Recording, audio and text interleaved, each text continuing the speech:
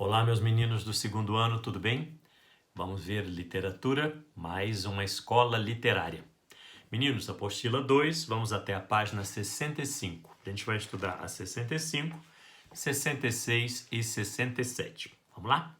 Nós estamos falando de um período que é o século XIX. E nós vimos no século XIX o romantismo no início, depois aparece o realismo no meio do século XIX, e no final do século XIX, duas escolas literárias relacionadas à poesia. Nós vimos o parnasianismo na última aula e agora nós vamos ver o simbolismo.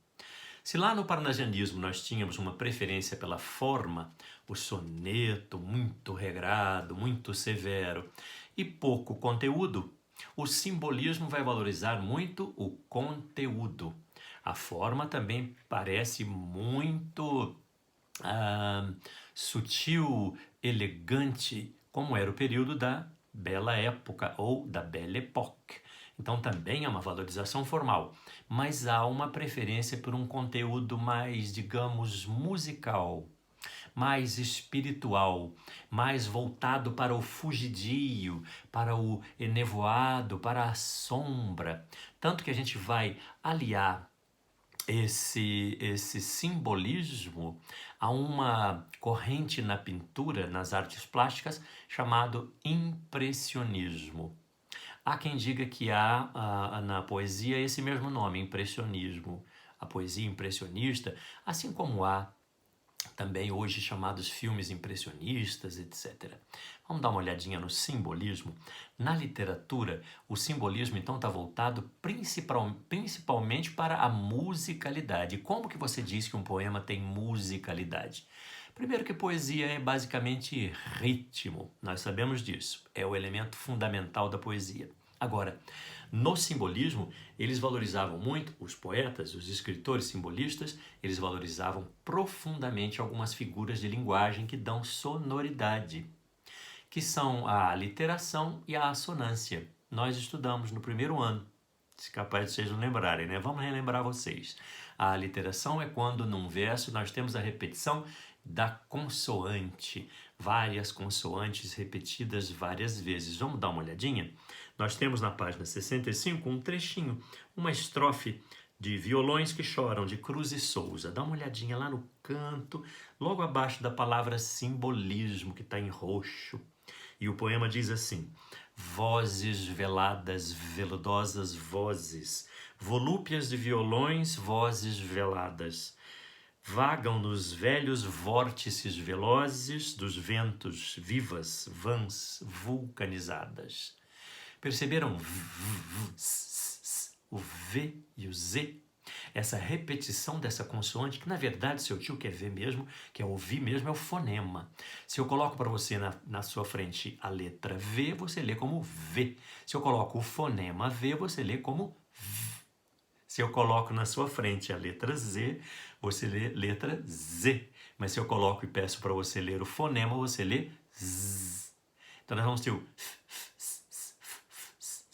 porque nós estamos falando de vozes veladas, vozes que falam baixo, veludosas vozes, como se estivesse sentindo um veludo bem suave. Depois a gente vê ventos, vãs vulcanizadas.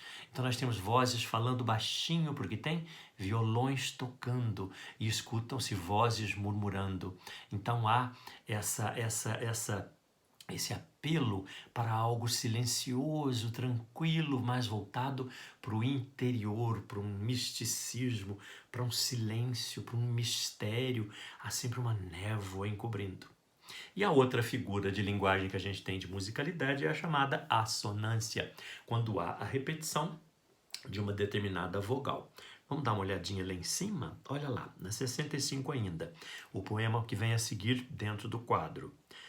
Na messe que enlourece, estremece a quermesse. O sol, o celestial girassol esmorece. E as cantilenas de serenos sons amenos fogem fluidas, fluindo a fina flor dos fenos. Perceberam? Nós temos aí a assonância quando a gente fala messe, enlourece, estremece, quermesse, a letra E muito evidente. E depois nós vamos ver no último verso dessa estrofe do Eugênio de Castro: fogem fluidas, fluindo a fina flor dos fenos. A repetição do F, que é uma aliteração. Então a musicalidade, através de aliterações e assonâncias, dão o tom do que é uma poesia simbolista. Tem mais coisa? Tem mais. Esse misticismo, essa religiosidade, as maiúsculas alegorizantes. Que isso? Em alguns poemas simbolistas, nós vamos encontrar algumas palavras com inicial maiúscula no meio do verso.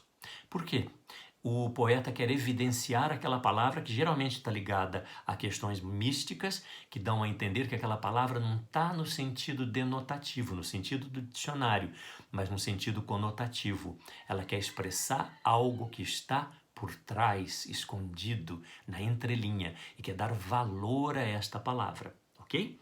Nós temos também ambientações religiosas, fala-se muito sobre templos, catedrais, paraísos celestes, sinestesia. Sinestesia quando nós misturamos alguns dos sentidos humanos. Então, quando você diz assim para mim, cheiro verde, o cheiro olfativo verde visual. Então, quando há essa mistura, a gente chama de sinestesia. É outra figura de linguagem. Eles adoram a sinestesia. O hermetismo, nós vamos ter uma poesia um pouco hermética. Hermético é fechado em si. Parece que tem tanto segredo, tanto mistério que a gente não compreende num primeiro momento. Tem que pesquisar muito o que eles querem dizer ali. Tem um poema que diz assim: a dor da luz. Você fala, ué, mas a luz tem dor? Percebe um certo hermetismo? O que o poeta quis dizer ali? Ele deixa por conta de você. Qual é a impressão que você teve do poema, compreende? Ele deixa você decidir o que aquilo quer dizer, mas é sempre algo que deixa no ar um mistério. Yes? A gente vai ver então o maior poeta brasileiro simbolista. Ele se chama Cruz e Souza e ele tem por característica ser negro. Nós estamos falando de poetas e escritores negros nesse século XIX que são maravilhosos. Machado de Assis e agora o Cruz e Souza. Ele é conhecido como o Cisne Negro. Ele adora a questão da transcendentalidade, o que transcende, o que sai do terreno e vai para o plano do divino, do mistério, essa transcendência do espírito e da alma. E, evidentemente, a musicalidade. Tem um poema dele aqui na página 66 que você vai perceber que é um soneto, você vai perceber que tem rimas, você vai perceber que é com versos decassílabos, você vai perceber que existem as assonâncias, as aliterações. Olha o primeiro verso. Ninguém sentiu o teu espasmo obscuro. Perceberam o S? Ninguém sentiu o teu espasmo obscuro. O S, o S, o S, o S. Depois lá embaixo você vê assim. Ninguém te viu o sentimento inquieto. Gain, sentimento, inquieto, a letra E, a assonância que possui aqui o poema. Agora vamos ver o conteúdo dele, você vai me dizer do que se trata. Lembre-se, ele era um poeta negro e ele falava de cores, de música, de sentidos. Vamos ver o que tem a ver isso com o poema? Leitura. Vai comigo. Vida obscura, Cruz e Souza. Ninguém sentiu o teu espasmo obscuro, ó ser humilde entre os humildes seres. Embriagado, tonto de prazeres, o mundo para ti foi negro e duro.